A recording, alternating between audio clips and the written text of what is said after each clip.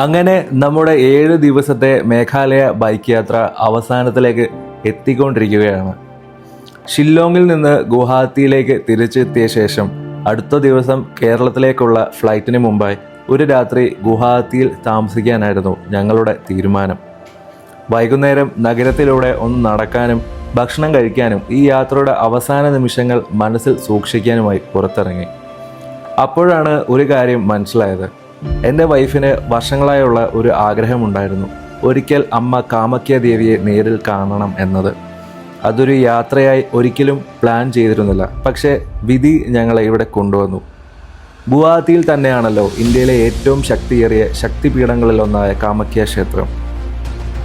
അപ്പോൾ വരൂ, ഇന്ന് നമ്മൾ പോകുന്നത് നീലജാൽ മലമുകളിൽ സ്ഥിതി ചെയ്യുന്ന ആയിരക്കണക്കിന് വർഷങ്ങളുടെ വിശ്വാസവും ചരിത്രവും ഇന്നും ജീവിച്ചിരിക്കുന്ന ആ മഹാക്ഷേത്രത്തിലേക്കാണ്.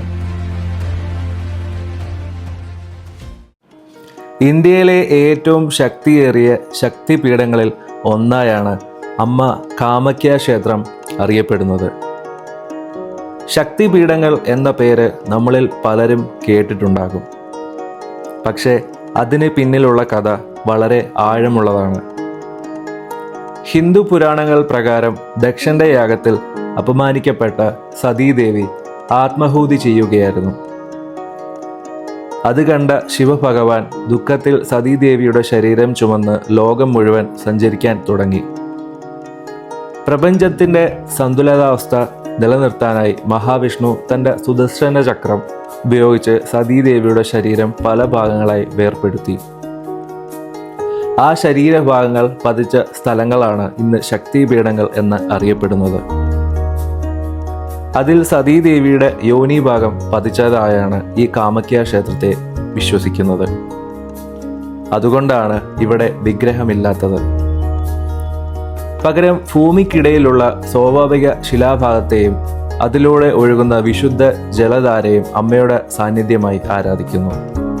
ഇതാണ് ഈ ക്ഷേത്രത്തെ ലോകത്തിലെ ഏറ്റവും വ്യത്യസ്തമായ ക്ഷേത്രങ്ങളിൽ ഒന്നാക്കുന്നത്. ഇപ്പോൾ നമ്മൾ കാണുന്നത് ഈ ക്ഷേത്രത്തിന്റെ നിർമ്മാണ ശൈലി വളരെ വ്യത്യസ്തമാണ്. മുകളിൽ കാണുന്ന തേനീച്ചക്കൂട് പോലെയുള്ള ഗോപുരം, ചുവന്ന നിറത്തിലുള്ള ഭിത്തികൾ, കല്ലിൽ കൊത്തിയ മനോഹരമായ ശില്പങ്ങൾ. ഓരോ ഭാഗത്തിനും നൂറ്റാണ്ടുകളുടെ ചരിത്രമുണ്ട്. ചരിത്രരേഖകൾ പ്രകാരം 16-ാം നൂറ്റാണ്ടിൽ കോച്ച് രാജവംശത്തിലെ രാജാവായ നരനാരായണനും അദ്ദേഹത്തിൻ്റെ സഹോദരൻ ചിലാരായയും ചേർന്നാണ് ഈ ക്ഷേത്രം പുനർനിർമ്മിച്ചത്. അതിനു മുമ്പ് ഈ സ്ഥലം ആരാധനാ കേന്ദ്രമായിരുന്നുവെന്ന് ചരിത്രം പറയുന്നു. അതായത് 1000 വർഷങ്ങൾക്ക് മുകളിലുള്ള വിശ്വാസത്തിന്റെ ചരിത്രമാണ് ഈ മലമുകളിൽ നിലകൊള്ളുന്നത്. ക്ഷേത്ര പരിസരത്തേക്ക് പ്രവേശിക്കുമ്പോൾ തന്നെ മറ്റൊരു ലോകത്തേക്കാണ് എത്തിയെന്ന് തോന്നും. മണിനാദങ്ങൾ, മന്ത്രോച്ചാരണങ്ങൾ, ധൂപത്തിൻ്റെയും പൂക്കളുടെയും സുഗന്ധം, കൈകളിൽ തേങ്ങയും പൂക്കളുമായി ഭക്തർ. ഓരോരുത്തർക്കും ഓരോ പ്രാർത്ഥന, ഓരോരുത്തർക്കും ഓരോ പ്രതീക്ഷ. എന്നാൽ എല്ലാവരുടെയും ലക്ഷ്യം ഒന്നു മാത്രം, അമ്മയുടെ അനുഗ്രഹം.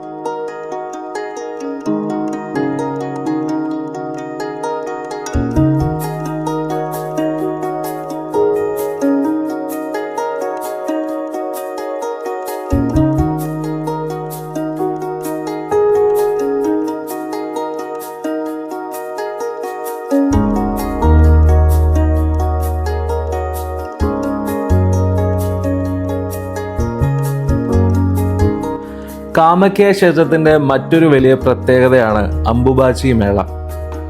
വർഷത്തിലൊരിക്കൽ ജൂൺ മാസത്തിൽ 3 ദിവസത്തേക്ക് ക്ഷേത്രം അടച്ചിടാറുണ്ട്. ആ സമയത്ത് അമ്മ ഭൂമാതാവിന്റെ സൃഷ്ടിശക്തിയുടെ പ്രതീകമായി വിശ്രമിക്കുന്നു എന്നാണ് വിശ്വാസം. ശേഷം ക്ഷേത്രം വീണ്ടും തുറക്കുമ്പോൾ ലക്ഷക്കണക്കിന് ഭക്തരാണ് ഇന്ത്യയുടെ വിവിധ ഭാഗങ്ങളിൽ നിന്നും ഇവിടെ എത്തുന്നത്. ഈ ആഘോഷം ലോക പ്രശസ്തമാണ്.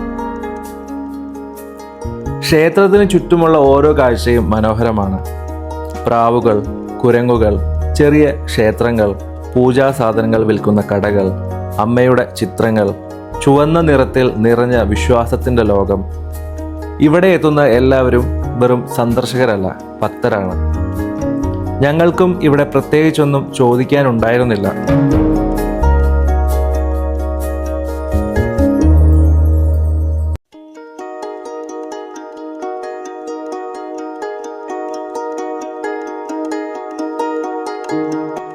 ഈ 7 ദിവസത്തെ യാത്ര ഒരു അപകടവും കൂടാതെ മനോഹരമായി പൂർത്തിയാക്കാൻ കഴിഞ്ഞതിനുള്ള നന്ദി പറയാനായിരുന്നു ഞങ്ങൾ വന്നത്. ഇത്ര മനോഹരമായ മഴയും വെള്ളച്ചാട്ടങ്ങളും മലകളും റോഡുകളും ജീവിതത്തിൽ ഒരിക്കലും മറക്കാനാവാത്ത ഓർമ്മകളായി മാറി ഓരോ നിമിഷങ്ങൾക്കും നന്ദി പറയാൻ. എൻ്റെ വൈഫിൻ്റെ വർഷങ്ങളായുള്ള ഒരു ആഗ്രഹം ഈ യാത്രയുടെ അവസാന ദിവസം തന്നെ സാധിച്ചു എന്നത് ശരിക്കും ഞങ്ങൾക്ക് വലിയ സന്തോഷമായിരുന്നു. ഒരുപക്ഷെ ഇതായിരുന്നു ഈ യാത്രയുടെ ഏറ്റവും മനോഹരമായ ഒരു സർപ്രൈസ്.